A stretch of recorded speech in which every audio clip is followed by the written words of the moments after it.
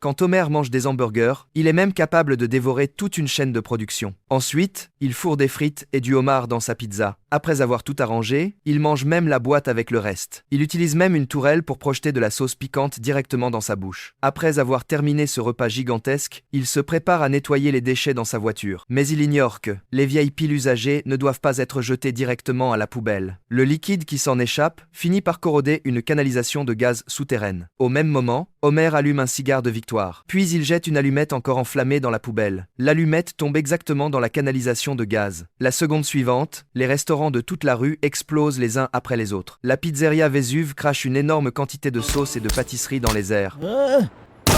Même la tête de Lard Lad est complètement arrachée par l'explosion. Cette catastrophe laisse de nombreuses adorables mascottes sans foyer.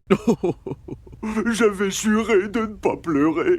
Je supporte pas de voir pleurer un cheeseburger. Nous devons reconstruire le boulevard fast-food. Homer monte alors sur scène et appelle tout le monde à reconstruire le quartier de la restauration rapide. Le projet sera lancé pendant la période des élections présidentielles. Mais la famille Simpson n'a toujours pas voté. Alors, de nombreux candidats à la présidence se précipitent chez les Simpson. Très vite, la maison est encerclée par une foule immense. Ils vont même jusqu'à apporter une énorme poutre en bois pour frapper à la porte de la maison des Simpson.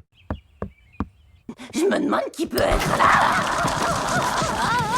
Afin d'obtenir le vote d'Homer, les candidats adoptent tous une attitude extrêmement amicale. Mais Homer finit rapidement par tous les chasser. Ensuite, Homer se rend à la taverne de Moe pour prononcer un discours. Il propose alors de voter pour le candidat le plus ridicule de tous. Ce candidat doit être incroyablement plus ridicule. Le chef Wiggum?